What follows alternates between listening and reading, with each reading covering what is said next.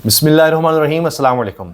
आज रावलपिंडी से अडियाला जेल के बाहर से बहुत ही अफसोसनाक मनाजिर देखने को मिले, क्योंकि इमरान खान की बुज़ुर्ग बहन नौरीन नियाज़ी साहिबा ज़ेर तामीर नाले में गिर गईं और फिर वहाँ पर मौजूद लोगों ने उनको वहाँ से निकालने की कोशिश की। इसी की वीडियो भी सामने आई और इस पर अब लोग कह रहे हैं कि कितने दुख और अफसोस की बात है कि किस तरह से इन बुज़ुर्ग ख़वातीन को तंग किया जा रहा है कि अपने भाई से मिलने आती हैं और वो ख़ार होती हैं, क्योंकि यहाँ पर पुलिस उनको रोकती है, नाके लगे होते हैं, आगे बढ़ने दिया जाता, कभी इन पर वाटर कैनन का इस्तेमाल किया जाता है, कभी इनको गिरफ़्तार किया जाता है, कहीं दूर छोड़ कर आया जाता है बियाबान में। इन सब ख़तरात के बावजूद ये अपने भाई से मिलने के लिए आती हैं। हर मंगल को ये यहाँ पर आती हैं और कभी लाइट्स बंद कर दी जाती हैं, सर्दियों में भी आई हैं। और आज ये अफसोसनाक मंजर आया कि वो ज़ेर तामीर नाला था और शायद ये उसको क्रॉस कर रही थी, वहाँ पर इसमें नीचे गिर गई। अल्लाह ताला इनको हिफ्ज़-ओ-मान में रखे।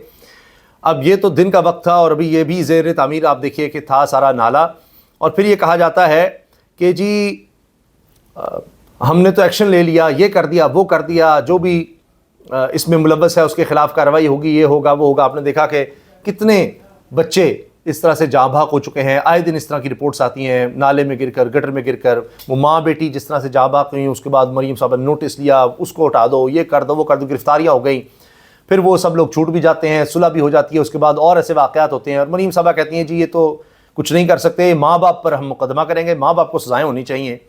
अब ये फिर अगर ज़ेर तामीर नाला है और उसके लिए हिफाजत कोई नहीं रखी गई कि लोग उसको फलांग कर गुजरने की कोशिश कर रहे हैं, कोई नीचे गिर रहा है और इस तरह से, यानी ये खुदा न खास्ता इसमें ज़्यादा ख़तरा भी हो सकता था, ज़्यादा चोटें भी आ सकती थीं, तो इस तरह के ख़तरात होते हैं।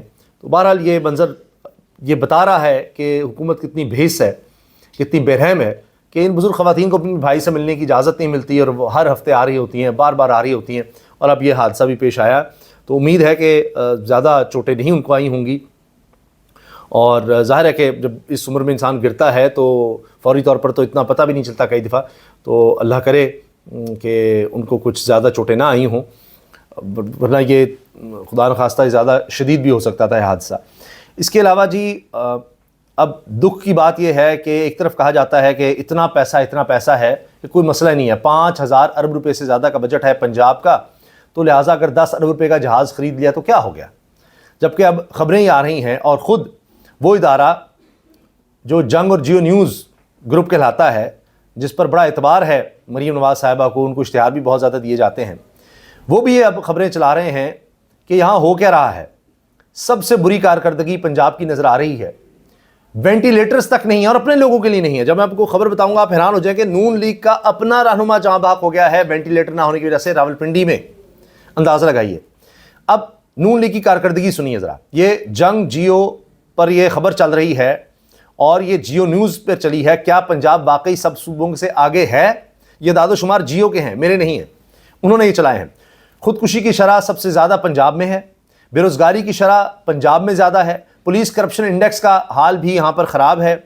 पंजाब किस तरह से बाकी सूबों से आगे हुआ? फिर पंजाब में खुदकुशी की शरह बाकियों की निस्बत कहीं ज़्यादा है, 79.7 यानी 79.7%। सिंध में 14.6%, यानी जितने लोग खुदकुशी कर रहे हैं, ये हराम काम कर रहे हैं, अपनी जान खुद ले रहे हैं, इनमें से 80% लोगों का ताल्लुक पंजाब से होता है। सिंध से 14.6%, खैबर पख्तूनख्वा से 3.8%, बलूचिस्तान से 1.9%। बेरोज़गारी, ये पाकिस्तान इदारा शुमारियात नवंबर 2025 के अदाद शुमार हैं जो मैं आपके सामने रख रहा हूँ। बेरोज़गारी की शरह जी खैबर पख्तूनख्वा में 9.6% है, पंजाब दूसरे नंबर पर 7.3%, बलूचिस्तान 5.5%, सिंध 5%।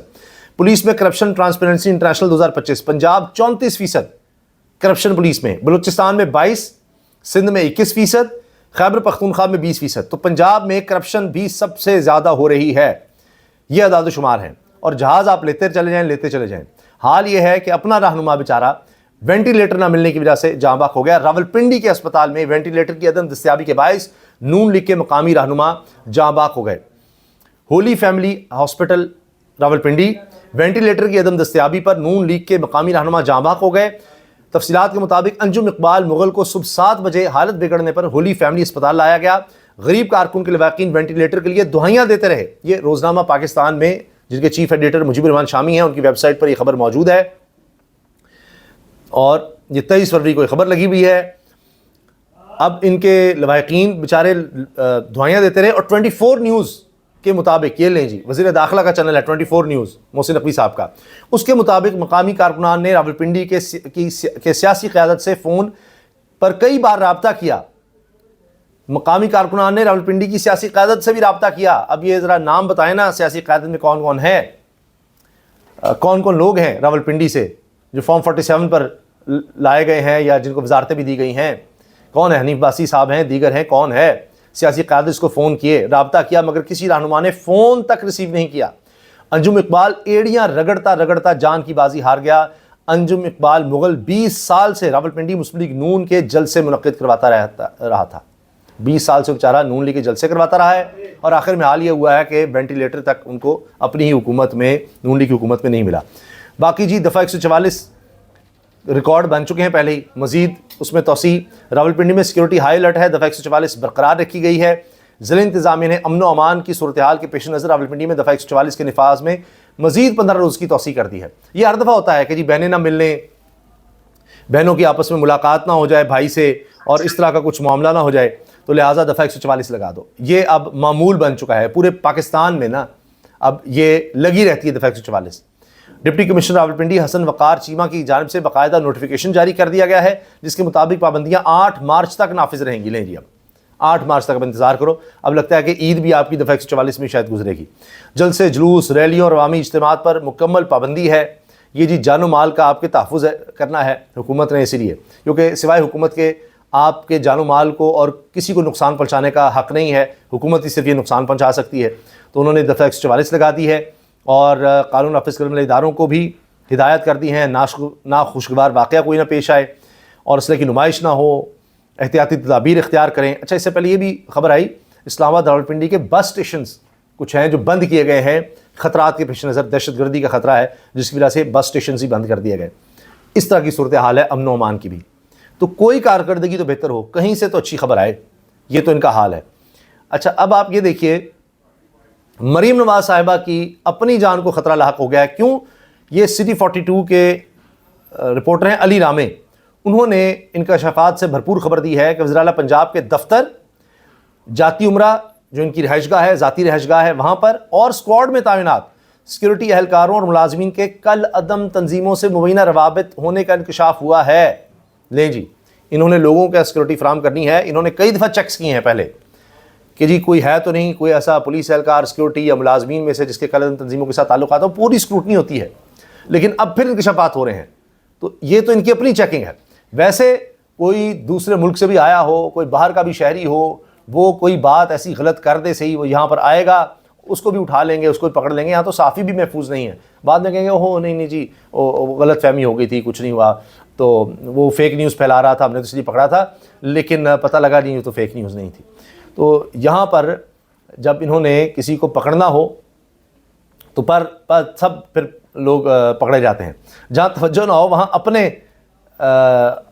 نیچے حال یہ ہے کہ کل عدم تنظیموں سے روابط ہیں، تو ان کا نہیں پتہ لگ رہا. بار بار اسکروٹنی کرنے کے باوجود، پہلے بھی جناب سارا دیکھا گیا ہے، اب دوبارہ دیکھا گیا جی اب کہیں نکلا ہے.